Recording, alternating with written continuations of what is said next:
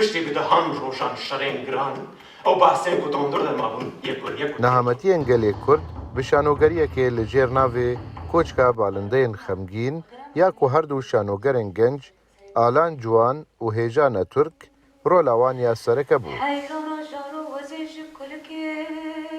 ئالان بەحسا هەزرا vê şanogeriyê û giringiya nîşandana wê dike. Ev mesela koçê meseleyeke girîng bû ji bo min ji ber ku ez jî yek ji wan balindeyim ku min jî min koç kiriye. Meseleya din ew e ku mesela veguherînê gelo dengek, bêhnek, nefsek, însanek çawa diguhere, çima diguhere û dibin kîjan şert û mercan de diguhere.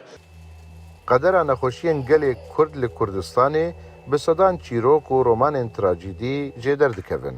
سەدام کەت شۆڕەش پێکات ڕۆژا دوێم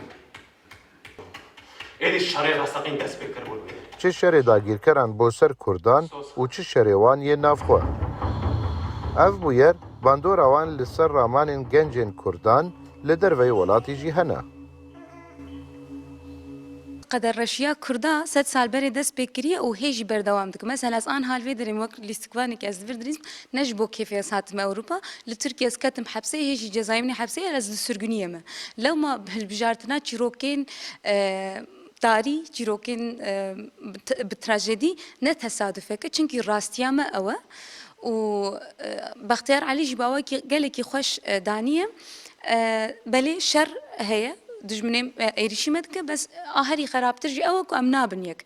Me forma çîrokbêjiyê bikar anî û çend dengê performatîv ê li ser dikê me bikar anî ku ew jî karakterên din yani şûna karakterên din girt yani bedena min ne wek bedena Amerîkî lê belê bedena vebêjekî bû.